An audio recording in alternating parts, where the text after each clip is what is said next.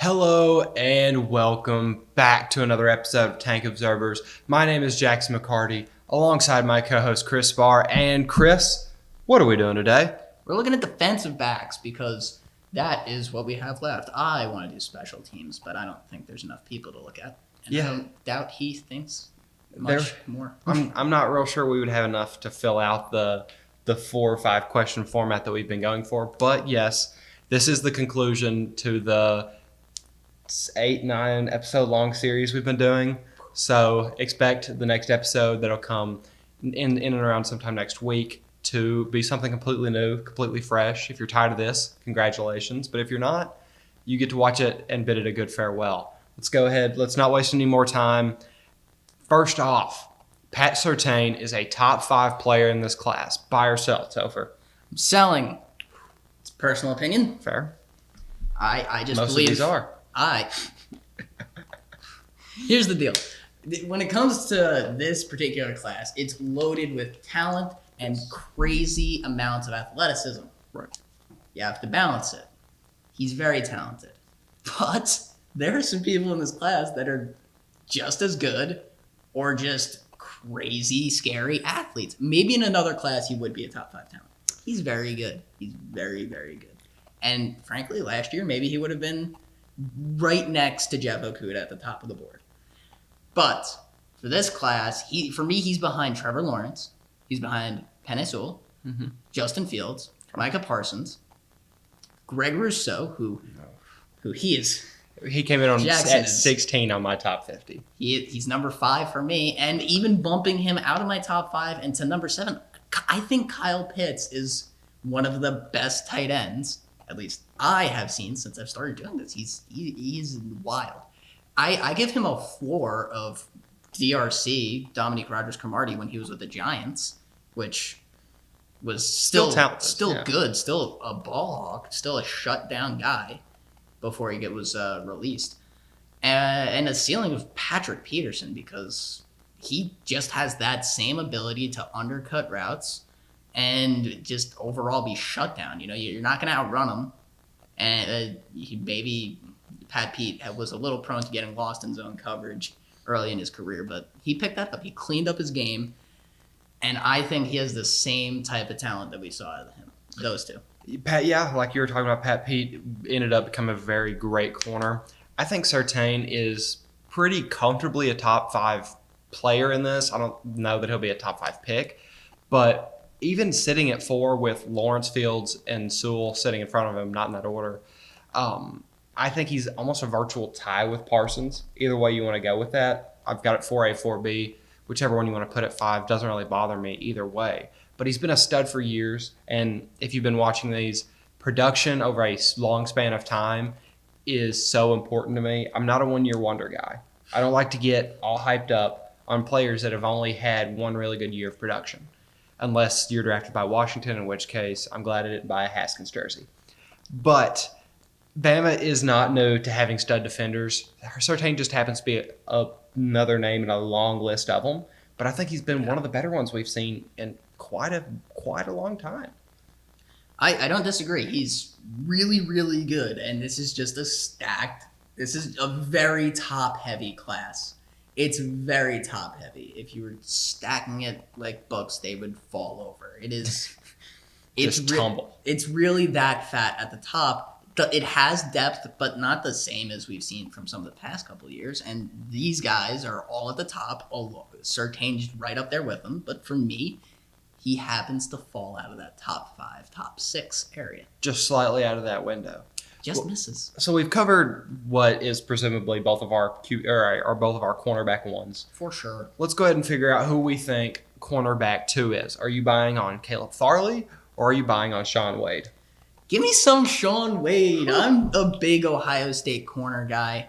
My dad isn't, being a Giants fan after that whole Eli Apple situation that we all went through. I wasn't away at school for that, so I got to hear how bad he was every weekend. And then he went to the Saints, and I got to watch how bad he was when the Vikings pummeled him. So it was fun for the whole family. And I think he was just overshadowed. He was in the shadow of Damon Arnett and Jeff Okuda last year. So now, I think he's definitely very versatile. He can run the slot or the outside. He's long enough for the outside. He's more comfortable in the slot. He's shut down in the slot. When you put him on the outside, I mean, he had a tough playoff performance. Yeah. The lights came on and they blinded him because he couldn't find his man. And that's kind of haunted him. But I think that he's going to get past that. I think he's the number 2 corner in this class. I think he's very talented. Not taking anything away from Caleb Farley. They're within inches of each other as far as talent is concerned. But for me, I'm giving him a floor of a Dory Jackson, which according to Madden is high praise for whatever reason. I think he's a little overrated, and that's pretty much why I gave him that floor. But if anyone can remember when Sam Shields was a Pro Bowler, I think Sean Wade can reach those types of peaks. Yeah, you had me thinking we were giving a Sam Darnold breakdown for a second with all the toxicity ghosts. But as I talked about a bit earlier, I'm a huge on somebody who's got a lot of production under their belt. But if you watched the last episode, I'm even bigger on players who have made the transition from the position or from a position to the position that directly guards them. Caleb Farley was a receiver initially, and now he has a lifetime of receiving knowledge guarding receivers. He's made the switch. He's an athletic freak. He knows exactly what they're thinking, what routes are what, how certain steps kind of indicate where they're going. And it's a wealth of knowledge that you can't replace by being a cornerback for many, many years. You can have studied it. You've never lived it. And now Caleb Farley has witnessed what they do, and he doesn't really have to study it like these other cornerbacks because he has been it. So carrying over with his athleticism, with his knowledge of receivers, plus the fact that he's already a phenomenal talent. He's already in at 13 for me. He wasn't even a cornerback whenever he got to college.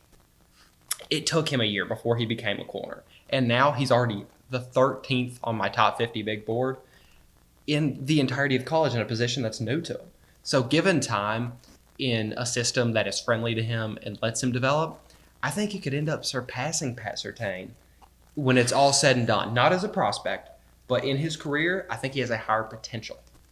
Yeah, he's really good, and I love the receiver to corner transition. Richard Sherman did that. Very big name. There's smaller names that did it. If anyone remembers Tony Lippett from Miami, vaguely, who for a little while was one of the highest graded zone corners in the NFL before vanishing off the face of the earth. He really just turned into a cloud of dust. I have no idea why. He got Thanos snapped. He got Thanos snapped out of Miami. Miami will do that to you. They did it. They did it to Jamar Taylor too. They did. Yeah, I don't remember. I don't know what happened to him. But did you remember Jamar Taylor was a human being until you said that? Exactly. He was really good on the Browns. Yeah. And then he was like, "Oh, big contract time." Went to Miami and which. If you were able to be good in Cleveland, anywhere between Tim Couch to Brandon Whedon, you should probably get a Hall of Fame nod. That's the thing. If Jamar Taylor did anything beyond Cleveland, like Hayden, he deserves it. Hayden and Joe Thomas better be in the Hoff. Joe Thomas is going to the Hoff. Well, yeah. But Hayden has gone back to those Cleveland vibes in Steel City, so good for him. Yeah. He's shut down. Not the same interception production, but we got so off base, but still ended up back in the secondary area, which is perfect. We talked about Joe Hayden, great cornerback for many years, but not the only part of the secondary we're talking about today. We've also got to figure out who are we buying is the best safety in the class. You. Me first? You first. Whew. Almost always you first. Richard LeCount III. There we go. Big Georgia guy. I'm actually a huge Georgia guy. So not trying to be biased here because I do watch film and all of these folks. But he might be a tad undersized.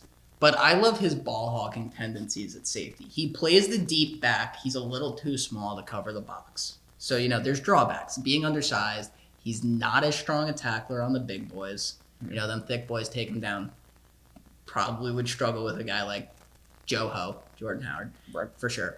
But, he plays that deep safety spot so well. He has that same type of speed, and I really don't like to say this only because of how accomplished Earl Thomas is. But watching his tape, it at the very least reminded me because he has that sideline to sideline speed. He plays the ball really aggressively and really safely while it's in the air. So it's just things I like to see. That being said, my comp isn't for Earl Thomas because while Earl Thomas is a much better tackler. I will defend you here, though. I did have to discourage you from the Earl Thomas thing a bit. So what we did is we established a degree of separation. We looked at comps here that Earl Thomas got coming out of college, ended up settling on. Reggie Nelson's my ceiling for him, and Reggie Nelson might not be as big a household name as Earl Thomas, but he's still a slightly smaller ball hawking corner that played that top zone. And when he was with the Bengals, he even led the league in picks in a season that I forgot to look up. Now, my floor for him is much lower than for most. Very. Raphael Bush, he was really just a nickel guy that floated around the NFL and only started one season. I believe it was with the Saints. And he was a good nickel corner, didn't blow the world up statistically, but for undersized corners, sometimes they get resigned to that role. And it's not always bad to be a journeyman nickel, but for LeCount, I would like him to aim higher if I'm comparing him to Earl Thomas and Reggie Nelson. Don't just sit on the floor. Yes, don't sit on the floor and be a Raphael Bush. Please. Please, LeCount. Put a little spark in it. Well, Yes. He's made his argument for Richard LeCount. I'm going to be arguing that Javon Holland from Oregon is the best safety in this class. Some people might think it's Paris Ford, but do not forget how high on mock drafts Javon Holland was before he decided to opt out. We're seeing that kind of become a thing with guys like Jalen Twyman. He's starting to fall because he opted out. Certain receivers, Jamar Chase isn't really falling, but I think others are starting to get more attention than he possibly is.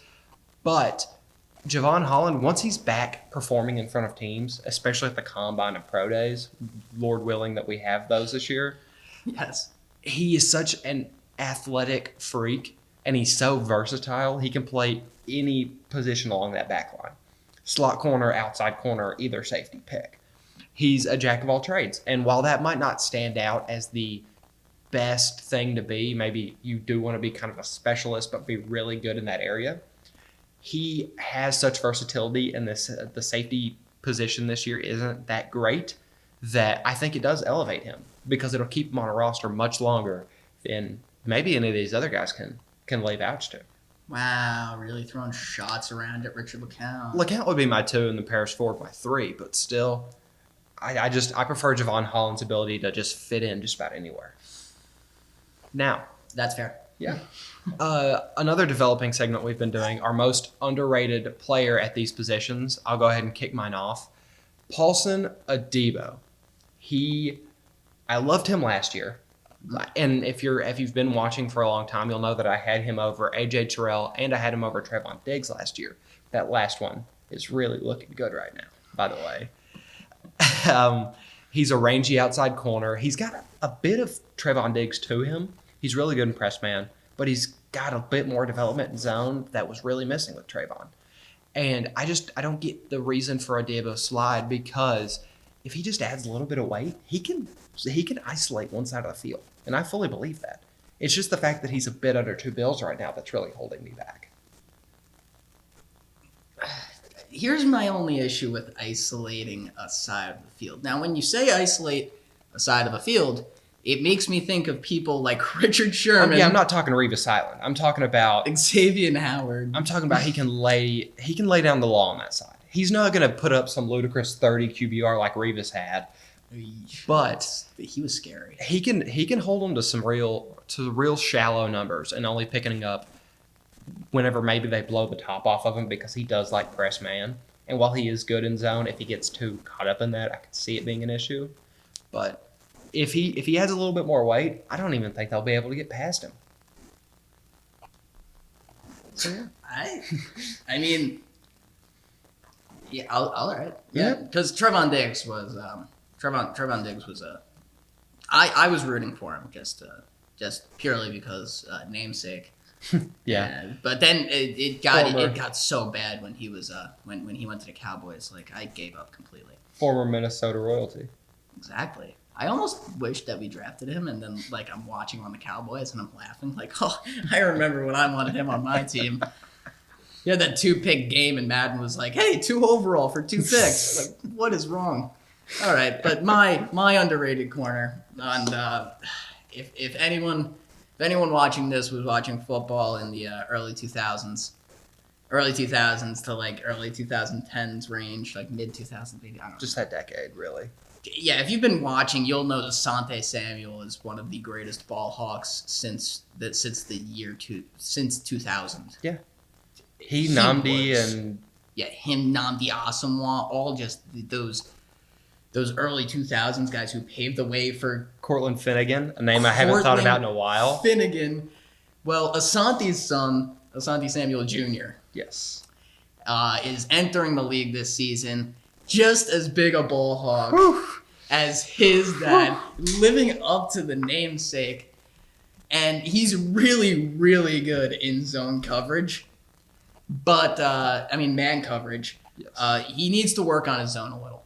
I'll give him that. But if he can get that zone coverage and just become just a more balanced player, he'll be a monster. And I personally have him marked in as my either 4th or 5th because I also love Paulson Adebo. Right. So you can probably swap them in and out for me because I just think that they're so good.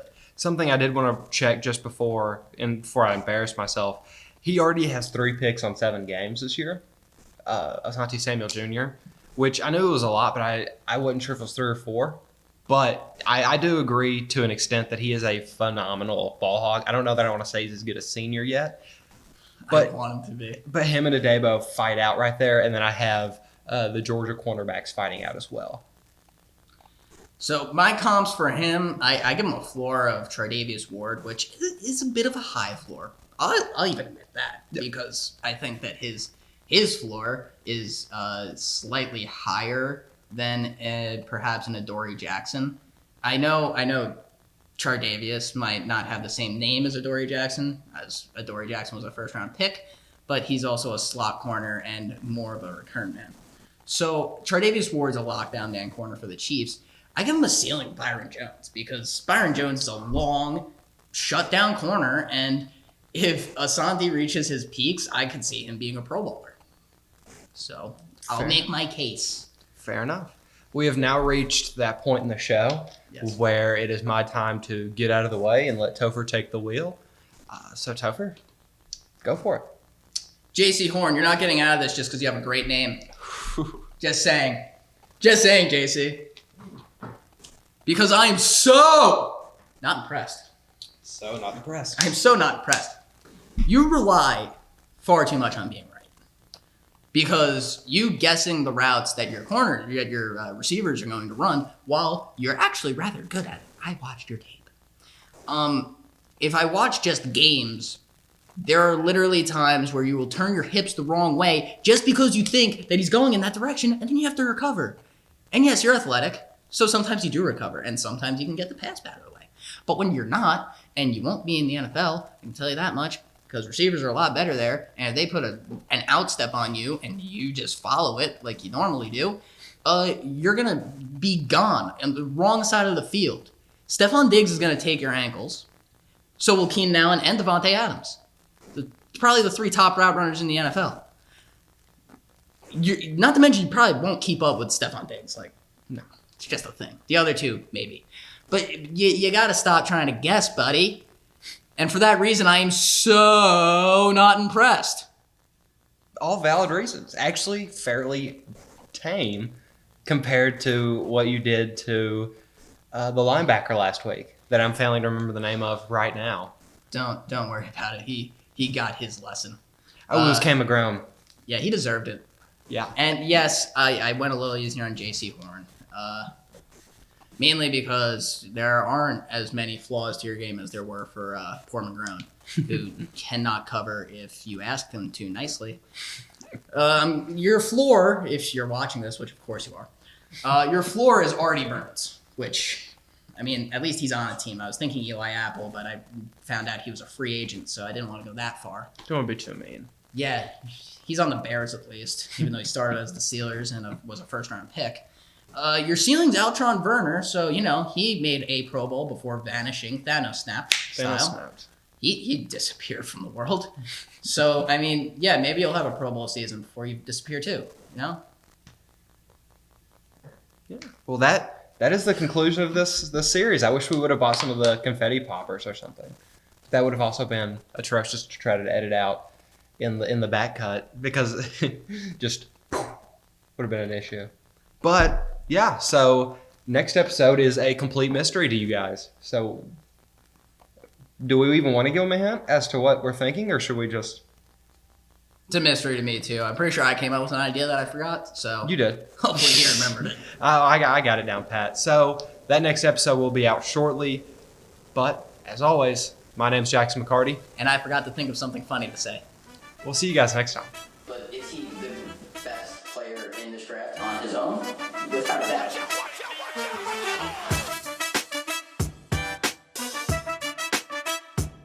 Please show me a better example of a Bruce Arians